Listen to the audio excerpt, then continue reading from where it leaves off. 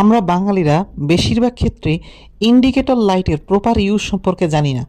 Maximum biker যেটা করে থাকে যে হুট করে ডানে বা বামে যাবে, ইন্ডিকেটর দিয়ে হুট করে ডান দিকে বা বাম দিকে চাপ দেয়, লুকিং গ্লাসটার দিকে একবারও খেয়াল করে না।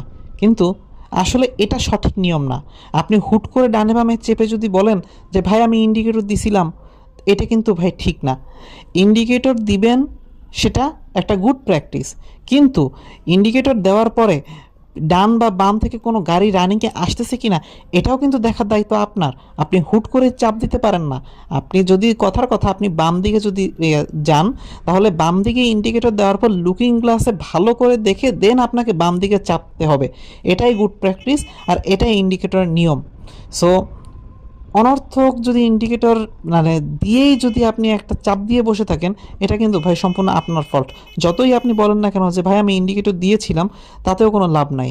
আপনাকে ইন্ডিকেটর দেওয়ার পর যেদিকে ইন্ডিকেটর দিবেন সেদিকে কোনো গাড়ি আসতেছে কিনা সেটা খেয়াল করে দেন আপনাকে চাপতে হবে, আর এটাই গুড প্র্যাকটিস।